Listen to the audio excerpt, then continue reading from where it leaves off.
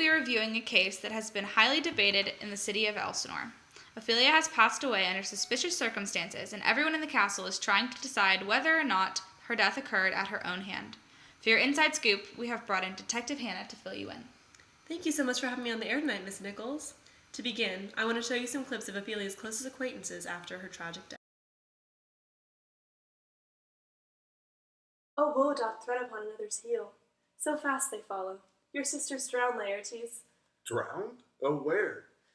There, on the pendant boughs her coronet weeds, clambering to hang, an envious liver broke, went down her weedy trophies, and herself fell in the weeping brook, her clothes spread wide, and mermaid-like, while they bore her up, which time she chanted snatches of the old lauds, as one incapable of her own distress, or like a creature, native and endued, unto that element. What do you think about Gertrude's description of Ophelia's death?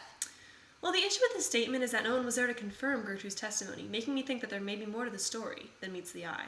We have collected some evidence from the scene, such as these flowers and these beads, and are submitting it for a forensic analysis, which should tell us more about the circumstances regarding Ophelia's death.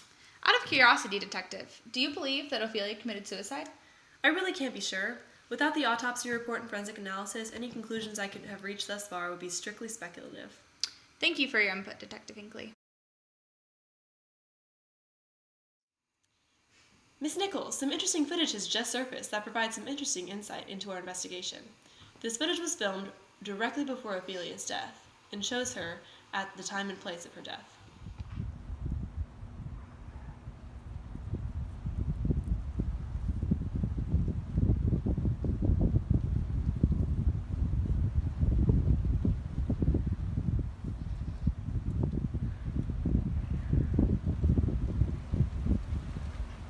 Here's some footage from Ophelia's funeral. It's very obvious that her controversial death evoked a lot of emotions, in particular from Laertes and Hamlet.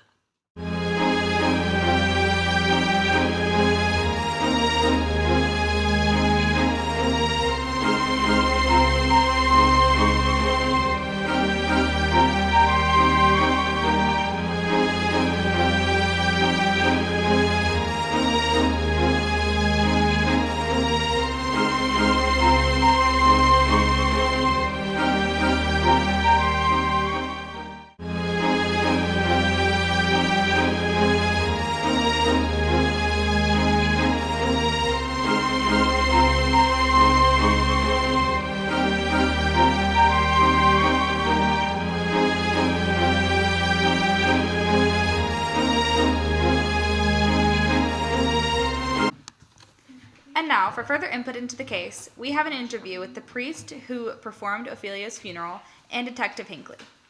Priest, how do you feel about the funeral ceremonies you just performed? Well, her obsequies have been far enlarged as we have warranty. Her death was doubtful, but at great command o'erweighs the order. She should in ground unsanctified have lodged till last trumpet. For charitable prayers, shards, flints, and pebbles should be thrown on her. Yet here she's allowed her virgin curts, her maid instruments, and the bringing home of bell and burial. Well, sounds like the priest has some pretty strong opinions about Ophelia's death that conflict with the opinions of the family and friends. Furthermore, forensic investigation is necessary to reach a reliable conclusion about whether or not Ophelia's death was self-inflicted or not. And now, to reach some conclusions about this investigation, we're going to bring in the forensic analyst. I brought in the scientific mind behind this investigation to provide us with the results of the forensic analysis of the evidence, as well as the autopsy report, and what information this provides us about Ophelia's death. Good evening, Miss Hinckley. I have the results of the autopsy, and they came back inconclusive, which means we cannot confirm whether this was a suicide. Due to these ambiguous circumstances, the evidence is circumstantial and very suspicious. The only thing we can confirm at this moment is that Ophelia drowned, and that was the cause of her death. So, in conclusion, would you say, we cannot conclude a definitive answer about whether or not Ophelia's death was a suicide, considering the suspicious circumstances? I would agree with that statement. Well, there you have it, folks. Ophelia's death will remain a mystery. The world may never know. Thank you so much for watching tonight on CSI Elsinore. We'll see you again next week.